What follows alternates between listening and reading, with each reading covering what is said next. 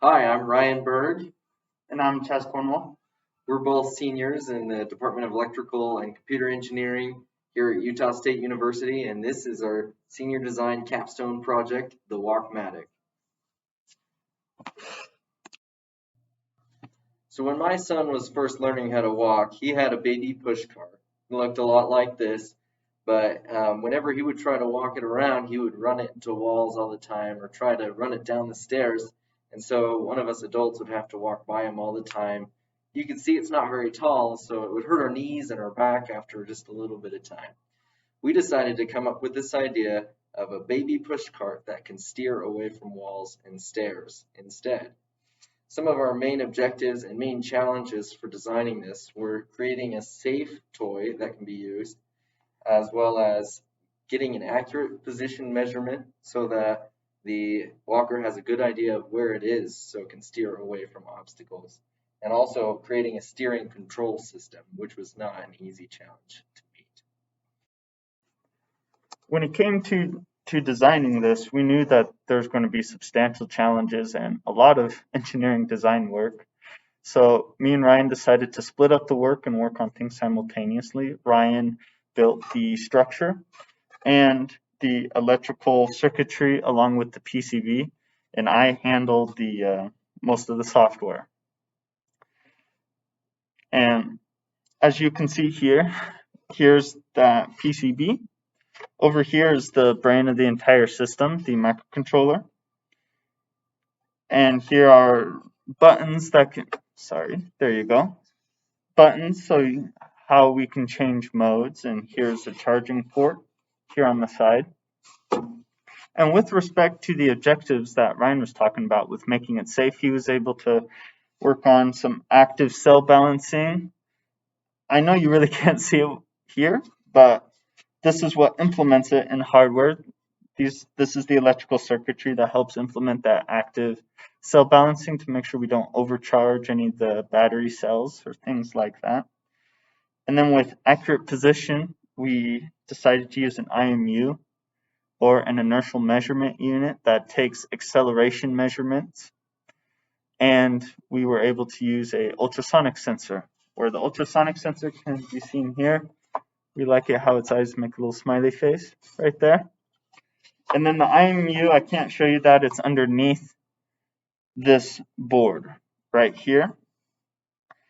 And the steering system was implemented with some servos and additional logic and software. You can see right here with the wheels, we used a caster system where each of these servos turns the wheels. And that is a brief overview of how we were able to implement this. All right, we're going to do a quick demonstration of our Walkmatic baby push car. We found that we get the best results from the ultrasonic sensors when we work in a small enclosed area. So we set up this little test area to do the demonstration, and Chaz is going to walk us through it. To start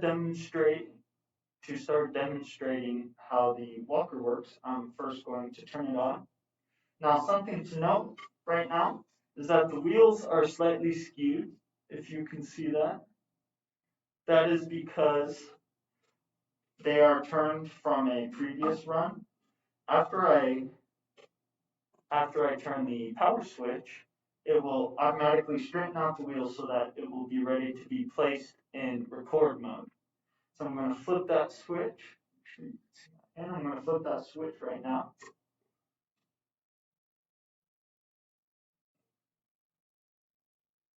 And we're waiting for it to finish initializing.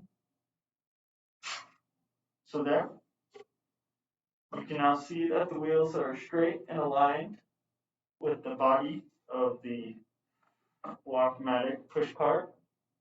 Now I'm going to flip another switch to put it into record mode.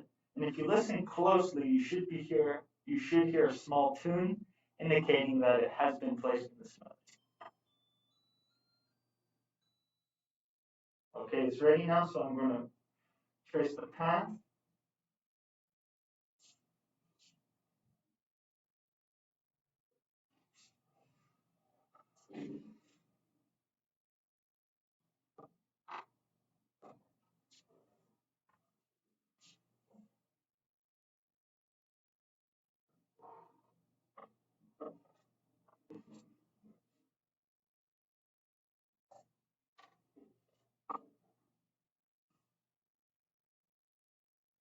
Okay, now that the path has been traced, I'm going to place it into ready mode. And when I put it into ready mode, again, you'll hear another tune, and it will, in this mode, it smooths out the path to make sure that it is traversable by the walker.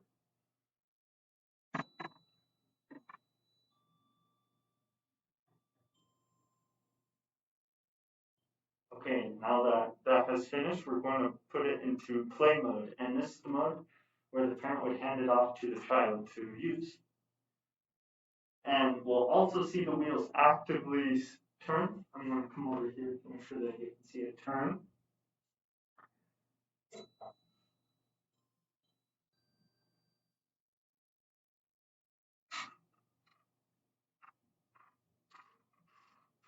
There, so you can notice that the wheels are turning right here to follow the path that was traversed.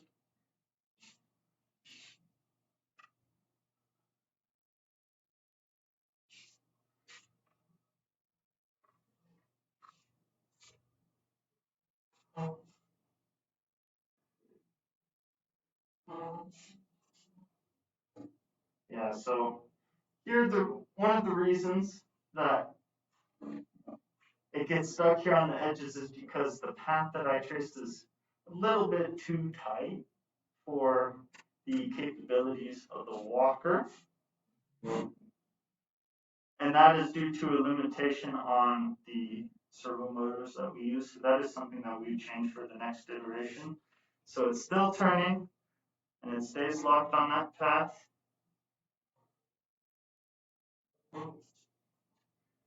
And you can see that it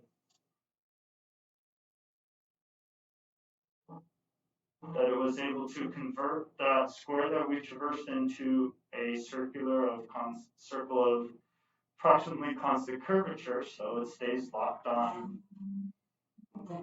that path. And there we go.